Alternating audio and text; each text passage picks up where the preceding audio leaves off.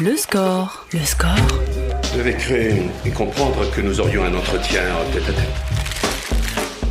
18h30, 20h sur Radio Nova. Sur Radio Nova. Bon, à mon tour maintenant. On a écouté vos classiques, on va écouter les miens. Avec Charline Roux. Charline Roux.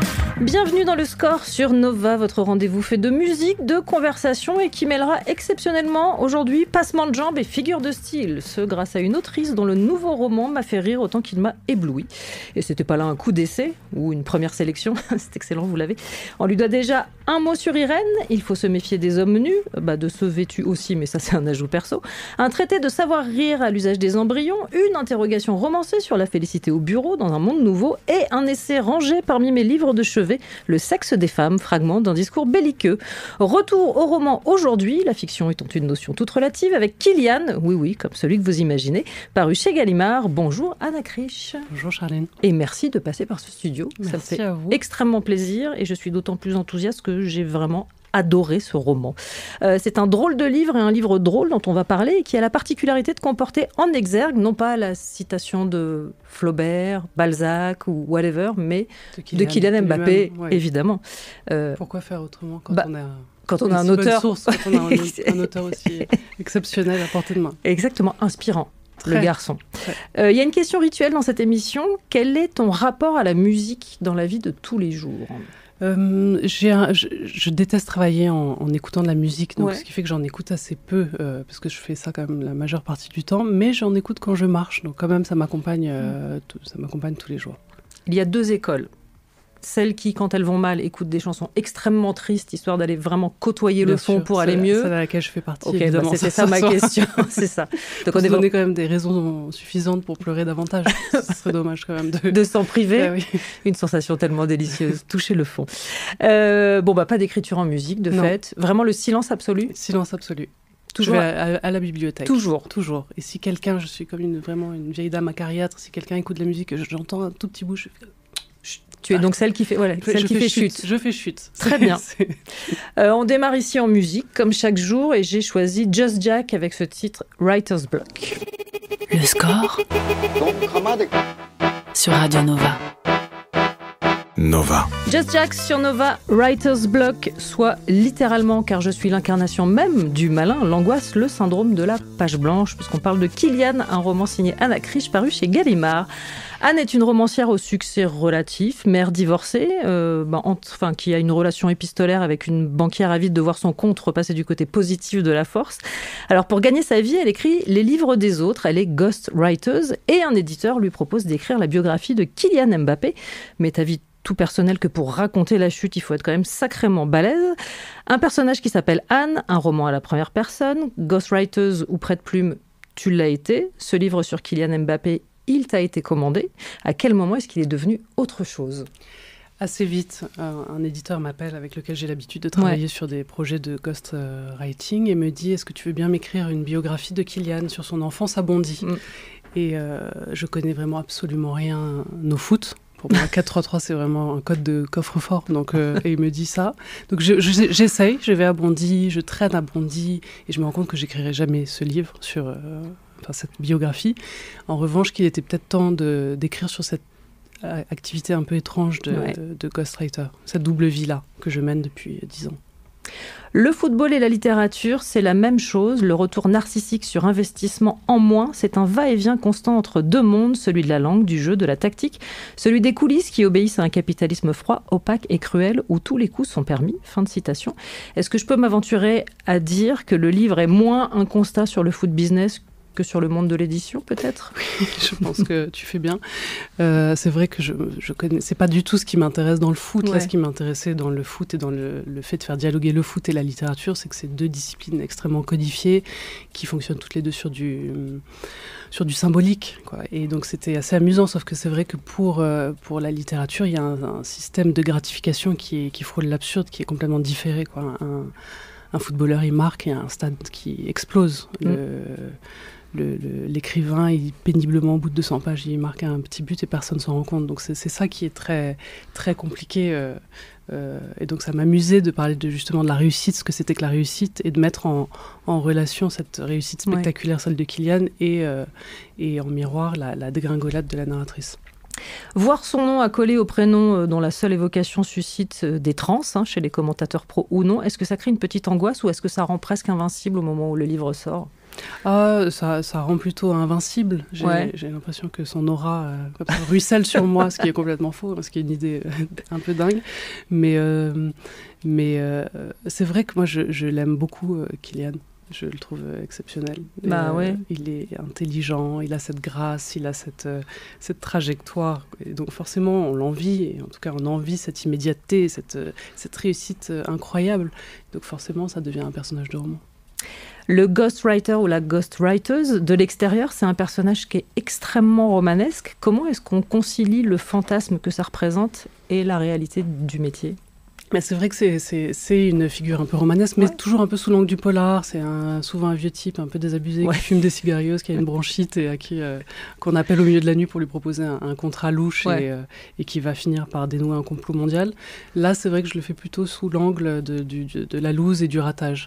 Et c'est vrai que c'est un métier passionnant parce que c'est vrai qu'on est quand même en contact avec des gens qui soit détiennent une histoire ou un savoir particulier. Donc c'est très intéressant, surtout quand on écrit, qui est une activité extrêmement solitaire et monacale. Là, ça donne une raison de sortir de chez soi.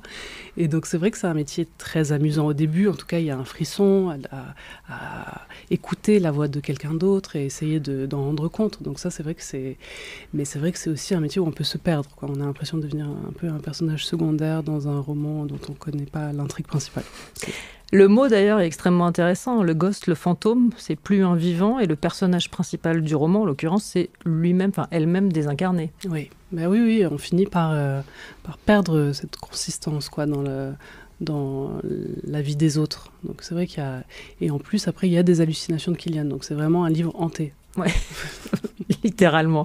Je vais faire une autre citation, parce qu'il y en a plein que j'ai adoré vraiment dans le livre. « À défaut d'être devenue un écrivain de talent, ou mieux encore, un écrivain à succès, j'étais devenue une femme qui écrit. » Alors, du masculin triomphant en féminin diminué, en une seule phrase, la femme qui écrit, est-ce que c'est le plus petit des échelons dans la littérature ? Absolument.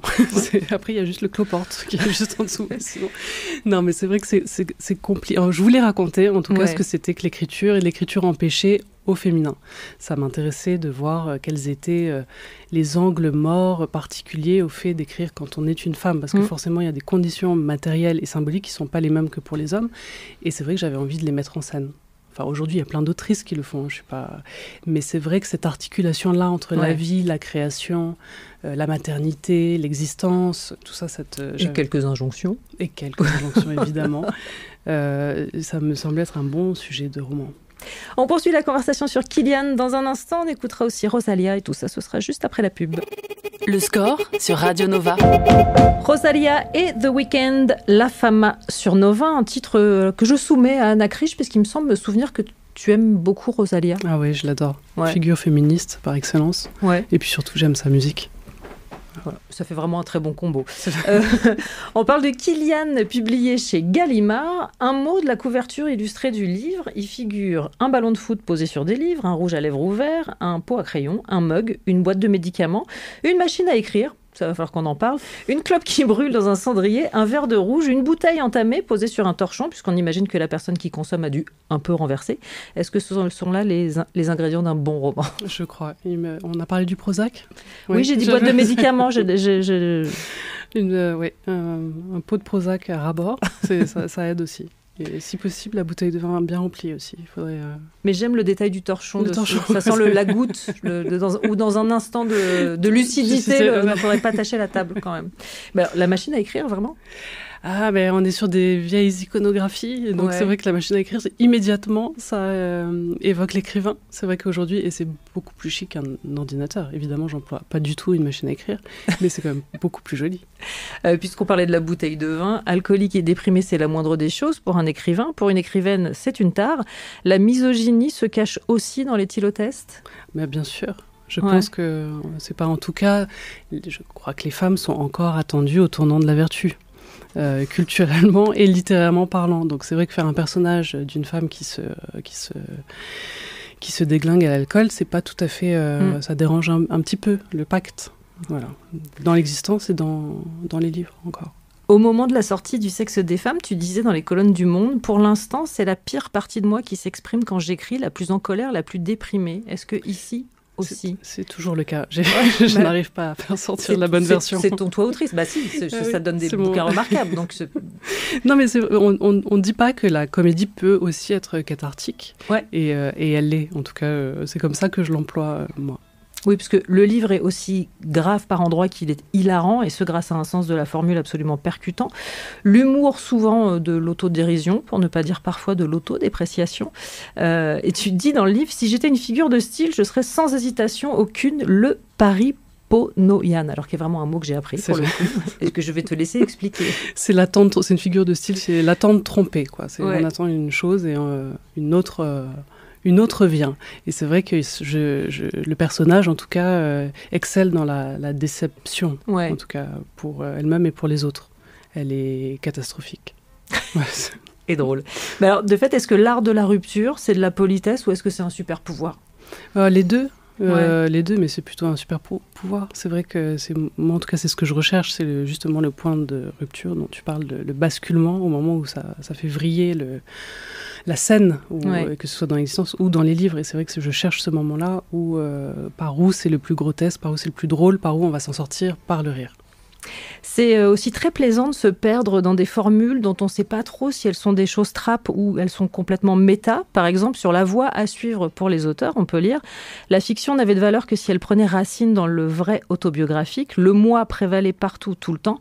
Le récit des origines avait gagné. Parler de soi en partant de soi devenait le seul romanesque acceptable. » Fin de citation. Est-ce que c'est un livre qui réfléchit sur ce qu'il est en même temps qu'il s'écrit ? Absolument. Merci d'avoir remarqué. Oui, bien sûr. En tout cas, c'est vrai qu'aujourd'hui, on a l'impression qu'on demande à la fiction, paradoxalement, d'être vrai, d'être traçable, d'être documentaire, quoi, de pouvoir, et donc pour pouvoir s'emparer d'un sujet, même dans le roman, c'est vrai que c'est bien de pouvoir être, d'une manière ou d'une autre, attaché au sujet, quoi. C'est vrai que si vous êtes vietnamien, vous n'écrivez pas un livre sur la guerre d'Algérie. Et c'est un peu étrange, parce que c'est quand même, on oublie que le roman, c'est quand même l'inverse de ça, c'est s'infiltrer ailleurs, c'est inventer, c'est usurper. Et donc c'est vrai que c'est une réflexion aussi sur ces choses-là, tout en sachant que le personnage s'appelle Anne comme moi et qu'il me ressemble beaucoup. Donc oui, bien sûr, c'est une réflexion sur le rapport à soi et à l'autofiction et ce qu'est l'autofiction aussi aujourd'hui. Sur l'avenir de l'écriture, les outils à disposition, il y a aussi une... Pardon, je ris avant. Il y a une tentative d'incipit sur la bio de Kilian, écrite par une intelligence artificielle, avec pour contrainte d'y mêler tous les débuts célèbres de la littérature. Est-ce que tu as vraiment fait appel à une intelligence artificielle ou est-ce que tu t'es amusée comme une folle à écrire ce... J'ai vraiment fait appel à l'intelligence artificielle, mais c'est vrai que même ce passage, tu vois, il paraît déjà obsolète. C'est-à-dire qu'aujourd'hui, vu l'état d'avancée de l'IA en matière d'écriture, ça semble obsolète, parce qu'aujourd'hui, la vérité, c'est que l'IA pourrait écrire ce livre à ma place. Pas vraiment, ça se voit quand même le passage où c'est de l'intelligence artificielle. Non, mais là oui, parce que c'est un peu exagéré, c'est outrancier, mais c'est vrai qu'aujourd'hui, on pensait le roman à l'abri et la création à l'abri, et je pense que c'est de moins en moins vrai. Et puisqu'on parle d'artifice, le livre démonte consciencieusement quelques formules. Par exemple, je cite encore, la starification est à la célébrité ce que la storification est à la fiction, une simplification à outrance, une mutilation, un appauvrissement. Je trouve que le livre est vraiment plein de réflexions sur ce qu'est un roman aujourd'hui. Oui, c'est vrai que comme le personnage est une écrivaine, ça permet quand même de se promener comme ça dans un état des lieux de ce qu'on peut pas faire aujourd'hui, de ce qu'on attend des écrivains. Et c'est vrai que c'était aussi un des enjeux du livre. On peut parler de Illusion perdue version 2025 ? Ah bah Mon père va être content. Mon père va être vachement content. Alors c'est déjà pas mal, moi je trouve. C'est tout à fait une bonne personne à satisfaire. On poursuit en musique, on écoute Olivia Dean sur Nova avec Danger. Le score sur Nova, sur Radio Nova. avec Charline Roux. Olivia Dean sur Nova avec Danger, un titre vraiment sans intention aucune. Si, bien sûr, les femmes sont un danger. C'était vraiment là ma démonstration tout à fait nullissime. Toujours en compagnie d'Anna Krisch, venue nous parler de Kylian, son dernier roman paru chez Gallimard. Et je voudrais qu'on revienne un instant, si tu le veux bien, sur le précédent. Il y a 3 ans, paraissait aussi chez Gallimard et c'est désormais dispo en version folio. Le sexe des femmes, fragment d'un discours belliqueux. Un livre à lire et à offrir. Je ne cache pas que je ne m'en suis pas privée. Un livre sur l'organe le plus intelligent du corps humain, un livre sur le désir, souvent tu ou instrumentalisé. Je me demandais s'il y avait eu des répercussions suite à la sortie de ce livre, si tu ne t'étais pas retrouvée dans une position de recueil de témoignages. Si, j'ai recueilli beaucoup de témoignages et c'est vrai que c'est toujours, les gens vous font honneur en vous racontant leur... Mais c'est vrai que vous avez assez peu de moyens d'action à part les écouter. C'est vrai qu'on voit bien que c'est le problème principal, c'est savoir entendre et savoir écouter ces histoires. Et c'est la multitude d'histoires, c'est ça qui est assez dingue, c'est-à-dire que c'est tout le monde. Donc je ne pense pas qu'il y ait une femme qui n'ait pas une histoire, une anecdote, du plus grave au plus anecdotique, mais et c'est ça qui est terrifiant. Et donc là, on voit bien que c'est les femmes qui se parlent entre elles. Il y a quelque chose de cet ordre. Aucun retour masculin sur cette histoire ? Non. Après, souvent, ils disaient que c'était drôle et que donc c'était acceptable. Ah oui, c'est ça. Bah oui. Donc c'est vrai que... Tant qu'il y a la drôlerie, ça passe. Ça passe. Si ça n'avait été que revendicatif, c'était un autre dossier. C'était moi, j'ai été durablement marquée par la lecture de cet essai, la question du désir des femmes. 3 ans plus tard, est-ce que c'est pas un peu déprimant de se dire qu'il y aurait pu encore y avoir quelques chapitres supplémentaires ? Si, c'est complètement déprimant. Mais déjà, quand je l'ai écrit, c'était très tard dans la bataille. Ça me semblait vraiment arriver après beaucoup et de textes et de témoignages. Et pourtant, on voit bien que la nécessité d'écrire, de documenter, de raconter, elle existe encore aujourd'hui et ça ne va pas s'arrêter demain. Il y a, ceci dit, moi je trouve des ponts entre ce livre et Kylian. L'humour dévastateur évidemment, et puis parce que Kylian poursuit aussi la réflexion sur le désir et pas que sexuel en l'occurrence, dans ce nouveau roman. Oui, sur le désir, mais c'est aussi, la continuité, c'est aussi la maternité que je mets en scène dans ce livre, et la maternité un peu compliquée, qui ne va pas de soi, qui n'est pas seulement décrite comme ce havre d'accomplissement et de paix qu'on essaie parfois de nous vendre, ce rêve-là. Et c'est vrai que moi, je raconte cette expérience de manière un peu plus contrastée, pour ne pas dire complètement chaotique.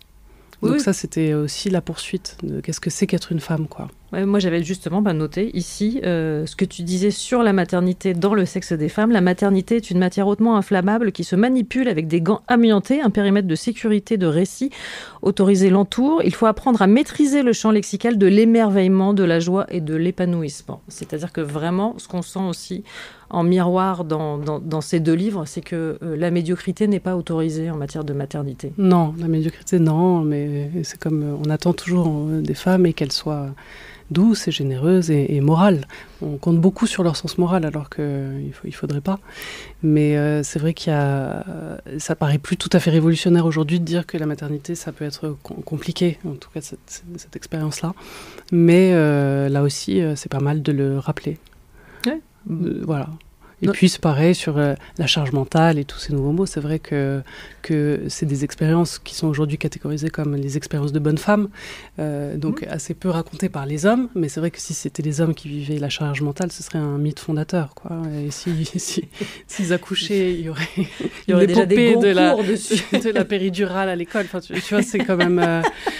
donc on est quand même nous aussi obligés de faire le taf en racontant ces choses qui paraissent triviales mais qui sont des expériences qui sont vécues massivement puisque c'est quand même la moitié de l'humanité et qui sont qu'il est toujours bon de mettre en scène. Alors comme je mélange allègrement les 2, je précise que dans Kylian il y a un paragraphe tout à fait réjouissant sur l'expérience du parc, ce que c'est pour nous les mères d'emmener un enfant au parc. Non, ce n'est pas naturel et non, c'est pas génial en fait. C'est une expérience de mort imminente. Je pense que c'est comme la kétamine, c'est un truc qu'il faut Non, le parc, c'est vraiment le dernier stade de l'angoisse. C'est vraiment la tannée suprême. Aller en plein hiver avec des enfants qui hurlent. En plus, ces parcs à Paris, ils sont misérables. Enfin, c'est vraiment terrifiant, cet environnement. Et donc, c'est vrai que c'est pas vraiment la joie. Et puis, c'est l'endroit de toutes les comparaisons. En plus. C'est là où on voit toutes nos failles, quand on est justement dans la catégorie fait ce qu'elle peut. Ah oui, vous voyez toutes ces mères qui ont découpé des fruits avec des emporte-pièces en forme de nuages et puis rangés par ordre alphabétique. Enfin, c'est quand même... on peut se comparer, la maternité. Et en rire, au bout d'un moment. On continue en musique. Charles Wright, on écoute Express Yourself.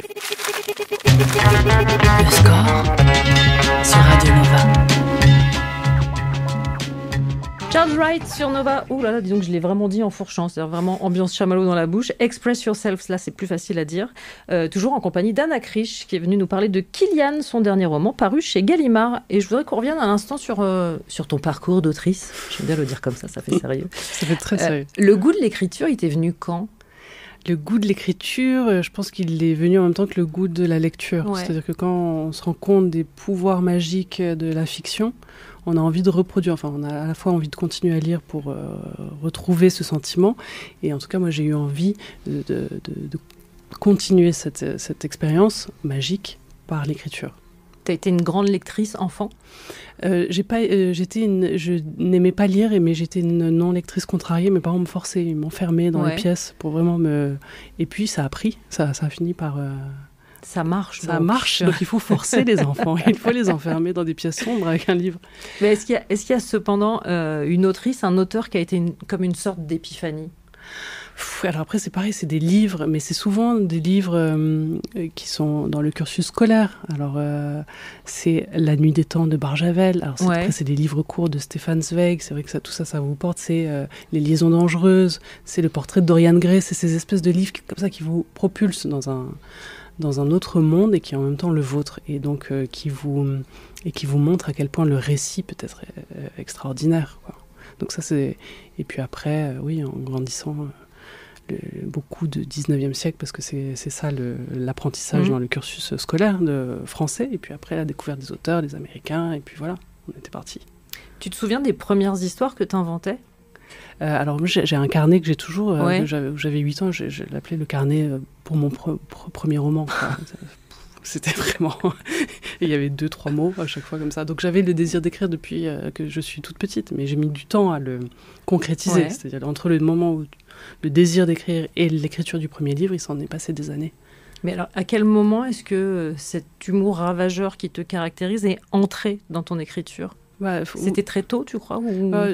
C'était là, mais peut-être que je ne m'autorisais pas au début, parce que c'est vrai qu'on a l'idée que la littérature, elle est solennelle, elle est grave, elle porte sur ses épaules le poids du monde, et que l'humour fait un peu tâche. Et puis après, tout à coup, on se rend compte que notre goût, c'est aussi de lire des choses, enfin en tout cas le mien, de lire des choses drôles. Et puis après, je me suis aussi rendu compte que je ne savais pas trop faire les choses autrement. Donc il fallait bien que j'aille sur cette pente-là qui est la mienne. Et toi, tu as commencé donc par un doctorat sur les adaptations cinématographiques d'À la recherche du temps perdu. Que j'ai jamais fini. Que tu n'as pas fini. Non. Mais en revanche, tu es parti à New York pour travailler sur un scénario avec Jerry Schatzberg, c'est ça ? C'est ça. À qui on doit entre autres l'épouvantail. Donc c'est vraiment ça. Pas une toute petite chose. Et lui avait écrit le film n'a jamais été tourné. Mais lui avait écrit un film avec... et Pinter avait écrit le scénario. Donc j'avais beaucoup vu toutes les étapes du scénario qui étaient dans ses archives. Et Pinter avait écrit une adaptation de La recherche du temps perdu qui devait être tournée par Joseph Losey, qui n'a jamais été tournée. Et donc c'est vrai que c'était c'est tout ça le cheminement. Et premier roman, à moins de 30 ans, quand même, un mot sur Irène, et ça empruntait au code du thriller sans en être un complètement. Est-ce que tu avais un attrait particulier pour ce genre de littérature ou c'était le propos qui a déterminé ça ? C'était le propos qui a déterminé ça, mais c'était surtout un décor universitaire. Oui. Donc c'était l'américaine, quoi. C'était ces livres que j'aimais, Donna Tartt, Les illusions perdues, ou les livres de Philippe Roth, qui sont dans ce cadre universitaire qui n'est pas trop exploité en France, parce qu'on trouve que c'est un peu chiant. Et donc c'est vrai que là, c'était un couple d'universitaires. Donc c'était plutôt ça l'entrée. Mais c'était vraiment un roman très romanesque, quoi, très loin de moi. Parce que j'ai commencé par rester au plus éloigné possible de moi, et puis finalement ça m'a rattrapée. Mon narcissisme est arrivé, il m'a chopé par la cheville. Au bout du 3e livre, il m'a dit « Reviens là, toi ». Est-ce que tu te souviens de la première sensation, de la première réaction à la sortie du livre, en voyant l'objet? Ah, mais moi, j'étais dans un état d'euphorie très, très intense. Et puis après, vous voyez les silences gênés de tout le monde autour de vous, et donc ça vous redescendez. Mais c'est vrai que très grande euphorie. Moi, j'étais... Parce que justement, j'avais passé toutes ces années à vouloir écrire sans y parvenir. Donc une fois que vous l'avez, le livre, il existe, vous êtes au sommet du monde. Et juste le simple fait de savoir que voilà, il y a un livre. Et tu dirais que le perso, ou en tout cas ce qui te touche de plus près, est arrivé dans ta littérature à partir de quel livre? Il faut se méfier des hommes nus? Oui, dès le 2e, il y a des éléments biographiques qui viennent qui se déroulent à Tahiti. Qui se déroulent à Tahiti, autour de Marlon Brando. Mais assez vite, mais toujours dans une forme hybride. C'est-à-dire que ça m'intéresse, l'autofiction. Ouais. Mais ce qui m'intéresse le plus dans l'autofiction, c'est la fiction. C'est-à-dire c'est le moment où le livre va devenir une divagation, ça part un peu de moi et de mes questions, mes désordres, mais après le livre part, la fiction reprend la main, donc c'est ça qui m'intéresse. Avec cette fois encore une autre figure, oui, en l'occurrence un double, il y a toujours Marlon Brando, qui est beaucoup moins sympathique que Kylian Mbappé. Non, Marlon Brando c'est les ténèbres, Kylian c'est la lumière. Ça, restons vers la lumière alors, on marque une courte pause publicitaire et on se retrouve juste après. Le score sur Nova, sur Radio Nova. I think I'm going to fall. Oh, fucking hell. Toujours en compagnie d'Anna Krisch, on parle de Kylian, son nouveau roman paru chez Gallimard. Et je voulais te demander, il fut un temps où tu lisais 1 à 2 romans par semaine. Est-ce que c'est toujours le cas ? Oui, je pense que ça dépend. Là, j'ai lu le livre de Sheena Patel qui est extraordinaire, qui s'appelle Je suis fan. Et là, je suis en train de lire le livre de Chimamanda Ngozi Adichie, mais il est beaucoup plus long, donc ça prend un peu plus de temps. Donc, mais oui, je lis beaucoup. Mais alors, de manière générale, ça influe sur ton travail ? Oui, c'est vrai que je lis un peu moins quand je suis vraiment la tête dans le guidon, parce que je suis très perméable à ce que je lis, donc c'est vrai que c'est toujours bien de lire, parce que c'est plein de mots dans la tête, et c'est une musique, donc c'est très agréable même quand on écrit. Et je me demandais, avec tout ce que tu as écrit, que ce soit roman ou essai, est-ce que tu es parfois dans un état d'extrême vigilance quand il est question de fiction et de représentation ? C'est une vraie question que je me posais. Je me demandais par exemple comment tu analyses les films que tu regardes, les séries que tu regardes. Est-ce qu'il y a un filtre en fait d'attention ? Non, je crois pas. Je crois que je suis vraiment une spectatrice un peu niaise, quoi. J'adore regarder des films et des séries. C'est vrai que je les regarde sans ce filtre-là. C'est vrai que quand je lis, c'est plus compliqué parce que je regarde comment c'est fait, comment c'est fabriqué. Ouais. Donc c'est vrai que le plaisir, mais c'est vrai que je suis une spectatrice de cinéma et de séries vraiment c'est très blanc, quoi, quand je regarde les choses. C'est sûr, puisque tu parles de très blanc, tu ne repères pas les red flags sur certains personnages masculins. Celui-là, j'en ai parlé. Si, bien sûr qu'aujourd'hui, on est beaucoup plus sensible à ça, évidemment. Ouais. Et surtout aux personnages qu'on adulait autrefois. Et on se dit, mais comment est-ce que j'ai pu aimer Oui, il en était question aussi d'ailleurs un peu dans Le sexe des femmes, sous une forme différente, parce qu'il me semble que tu racontais que certains monstres dans les fictions hollywoodiennes étaient représentés sous des formes de vulve ou de vagin, vraiment très... Mais c'est vrai qu'il y a des films, par exemple, je regardais Ghostbusters avec mon fils, et le personnage de Bill Murray est épouvantable. Il est très problématique. C'est un lourd dingue de fou. Donc voilà, c'est vrai qu'après on regarde les choses, ce qui me permet d'expliquer à mon fils qu'il y a un gros lourd. Ouais. Voilà, c'est pas mal. Est-ce que tu as réussi à trouver des héroïnes de fiction séduisantes selon tes critères perso ? Tu veux dire dans la fiction contemporaine ? Ouais. C'est des questions très... Moi, j'en ai vu une en fait en te lisant.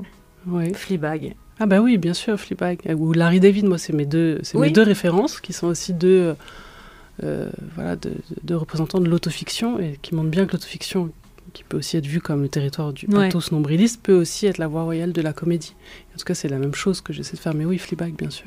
Ouais, ça te parle. Ouais, ça me parle. Tu t'es reconnue. Ou sinon, il y a un livre de Otessa Moshfegh qui s'appelle Mon année de détente et de repos, où la narratrice s'abrutit de médicaments pendant un an.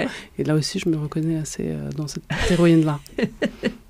Donc on en revient à cet humour de l'autodérision, toute façon. Oui, ça permet de se mettre une claque avant que les autres vous la mettent. C'est une forme de protection, en quelque sorte. Si, oui. Très bien.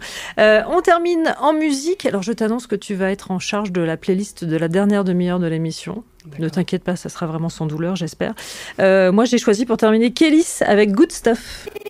Le score sur Radio Nova. Kélis sur Nova avec Good Stuff est toujours en compagnie d'Anna Krisch et c'est normalement le moment que redoutent les invités, ou en tout cas que j'essaye dans la légende de cette émission de faire redouter aux invités. Ça ne marche jamais. Je le vois. Une rafale de questions sur la musique. L'idée, c'est que tu me répondes du tac au tac. C'est sur tes goûts, tes souvenirs et j'ai pas le droit de te demander de te justifier. D'accord. C'est pas vrai, je le fais tout le temps. Est-ce que tu es prête ? Oui. Le titre qui symbolise le mieux l'enfance, ou en tout cas la tienne ? Summertime. Ok, très bien. Le titre de ton adolescence ? Ma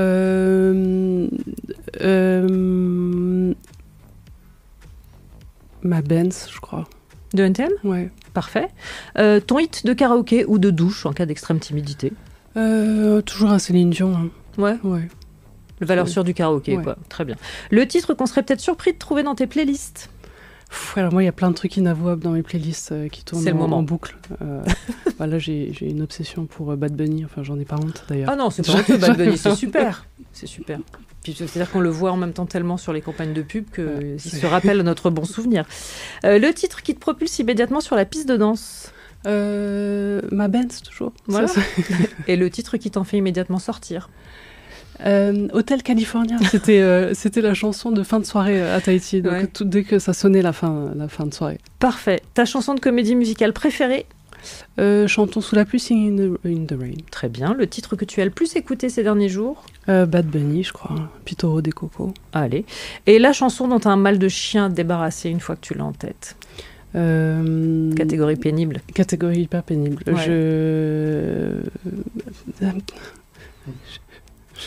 Je ne sais pas. Généralement, c'est là que la daronie se manifeste par un générique de dessin animé assez pénible, qui peut vraiment rester. Et... Non, mais c'est vrai que les comédies musicales restent longtemps. Ouais. Là, j'ai la mélodie du bonheur, c'est vrai, évidemment. Ouais. Ce qui est sympa, le do et la bondo. Mais qui, quand ça revient de manière cyclique, et peut être un peu pénible. Parfait, formalité largement remplie. Merci mille fois, Anna Krisch, d'être passée par ce studio. Beaucoup. Je rappelle que Kylian, c'est au-delà d'extrêmement recommandable. Et c'est chez Gallimard. Merci mille fois, c'était un plaisir. Merci. Et on va passer à ta playlist. Juste un petit mot, tu as décidé de commencer avec Lana Del Rey, pourquoi elle ? Là, elle vient de sortir une très belle chanson, et parce que je l'aime depuis son premier album. Et nous, on écoute Doing Time.